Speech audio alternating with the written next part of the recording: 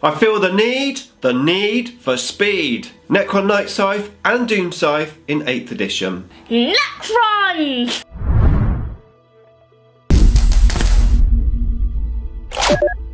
Next speaking, and welcome to this video. Right, another Win with Necrons video for you, and in this one we're going to cover the Doom Scythe and the Knight Scythe.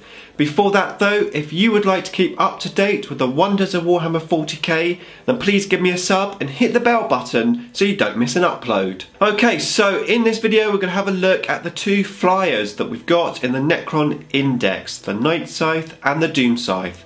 Let's start off with the Knight Scythe and have a look at its stats. Okay, so the Knight Scythe, when at full strength, moves between 20 and 60 inches. It's got a weapon skill of 6+ and a ballistic skill of 3+. Its strength and toughness is 6. It has 12 wounds with a leadership of 10. It also has a 3+ save. Its faction keywords are Necrons and Dynasty, and its keywords are Vehicle, Fly and Knight Scythe. Okay, so that's the stats, and of course being a flyer it also benefits from the special rule where anyone that shoots at it will be -1 ballistic skill. Now obviously generally flyers on the whole have changed. For example, the minimum distance for this flyer in particular is 20 inches now, and also if you fly off the edge of the board you no longer go into ongoing reserves, you just basically die. So you have to be ultra careful and plan your direction of movement. However, it does have a better shooting ability, because now we can shoot in any direction, not just in that forward firing arc that we used to have. So that is definitely better. Gun wise, we have the traditional Tesla Destructor, which is 4 shots, assault weapon, strength 7 and only 6s to hit, gives you 2 extra hits. Does sound pretty good. 1 Tesla Destructor on there, even if it can shoot in any direction, isn't the greatest weapon in the world. I don't think that strength 7 is particularly the sweet spot when you don't have any AP on the gun. So that gun, it isn't going to do a great deal. However, it does have invasion beams, and this is what this model is all about. So this works very similar to the Monolith Portal. So when you deploy this model, you can set up units of infantry Necrons on the Tomb World, who can then teleport onto the battlefield at a later date. Now the invasion beams have the same problem that the Monolith has in getting your models from the Tomb World into the battlefield, into your enemy, because you have to disembark that unit before you move. And unlike the Monolith, you can't put the Knight Scythe in reserve. So you have to start on the board, which basically means that turn 1 you move into your enemy's deployment zone, and turn 2 you can get the models out. A little bit like the Monolith, turn 1 it can deep strike in, but you can't get the models out until turn 2. Now of course you could use Grand Illusion from the Deceiver, which we've covered in this video here, and get your flyer into range before the game starts so you can disembark your unit. That is certainly an option if you are using the Deceiver. However, if you're not using the Deceiver, you might run into issues because it has the same problems as the Monolith. If your Knight Scythe is destroyed, the units that are on the Tomb World are also destroyed. And toughness 6, 12 wounds, that Knight Scythe can be targeted quite easily. In my opinion, you don't particularly want to be playing just one Knight Scythe. One way to get your models onto the table. You want at least 2 Knight Scythes, probably a Monolith as well as backup, because the last thing you want to do is lose your models from your Knight Scythe being destroyed. I mean, that would be a blow. So the Knight Scythe comes in at 174 points, and if you lose that Knight Scythe, now that's bad enough, but if you lose the unit which is in reserve, that's even worse.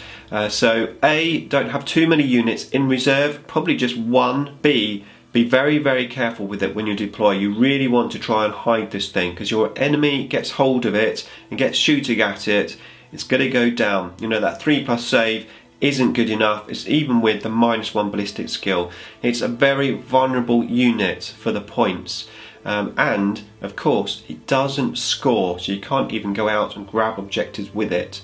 So it's quite vulnerable. It's going to be difficult to get your men into position easily with this tank. And ideally you don't just want one of them, you want at least 2 portals, whether that's a Monolith and a Knight Scythe or 2 Knight Scythes, 2 Night Scythes and a monolith just to make sure, but you've got to have a backup plan. So the Night Scythe is definitely usable, but I think you've got to have your wits about you when you're using it. What you don't want to do is you'd be plonking it on the table for your enemy just to shoot it down turn 1. That would be a disaster. Okay, let's have a look and see if the Doom Scythe is any better. So the Doom Scythe is exactly the same as a Night Scythe, except you're changing the invasion beams for a death ray. So let's have a look at the stats of the death ray. Okay, so the Doom Scythe has a death ray. It's 24 inches and it's a heavy D3. It's strength 10, -4 AP, and does D6 damage. Now, like all of our other long-range heavy-hitting guns, we do suffer with the random thing here. So D3 shots. Now, to top it all off, this is a heavy gun, and the Doom Scythe has to move. So you're actually going to be shooting on 4s rather than 3s, even at full strength. And as I said, random amount of shots. So potentially you might only be getting 1 shot, and then you need a 4 to hit. However, when you get that hit off, it is very strong, strength 10. It's also got a good AP, -4 AP, and it has D6 damage. So the D6 damage is obviously very good, and there's an argument to using a command point if you roll badly on that.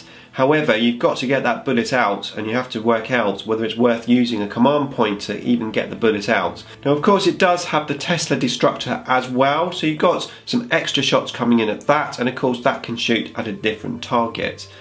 So on paper you think, great, I've got another portable heavy hitting gun, but actually getting the bullets out is quite hard, only a 50% chance, plus you don't know how many bullets you're going to get. You could use a command point on that D3, but then you'll be better off using the command point on the D6 damage, and of course that means using a lot of command points on a unit at 220 points. Now yes, it does have the movability, but I think I would rather put the points into Doomsday arcs because I think they're going to be a little bit more reliable, even though they don't have that manoeuvrability. But that hitting on 4s really hurts the Doom Scythe. Now, I know a lot of people have a good amount of flyers, because at one point the flyers were awesome for Necrons. The flying circus, everyone has it, except for me. Now, I only have 1 flyer. Now mine is Magnetise, so I can take both options. I'll put a card here so you can see how I magnetised it. So when I'm making my army list, I can only take 1 flyer, which hasn't been a problem for me in the past. I either take a Doom Scythe or I take a Night Scythe. They were actually both pretty decent.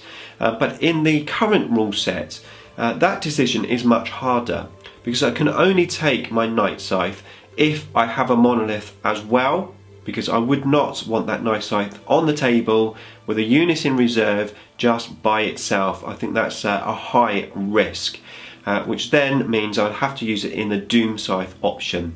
Although the Doom Scythe doesn't shoot particularly well, at least I'm not vulnerable to losing a unit that's in reserve. So as a single model, a single unit by itself, 100% I would take the Doom Scythe.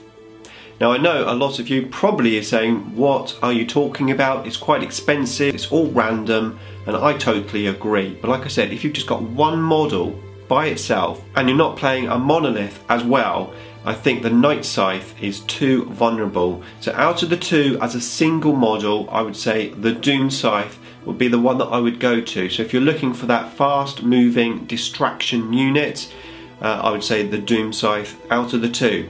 If you've got more than 1 Night Scythe, a couple of Night Scythes could definitely do the job, and definitely keep your enemy guessing where your unit from reserve is going to come from. That is definitely an option, and of course if you have the monolith, again you've got the option to take that Night Scythe. But 1 Night Scythe is going to be hard to play, it's going to be vulnerable. So Doom Scythe for me, because I've only got 1 choice. But what choices do you have? Let me know. How many flyers do you own? How many flyers are you using in 8th edition? I would love to hear from you, so put your comments down below in the comments box and let's continue the discussion. Beam me up.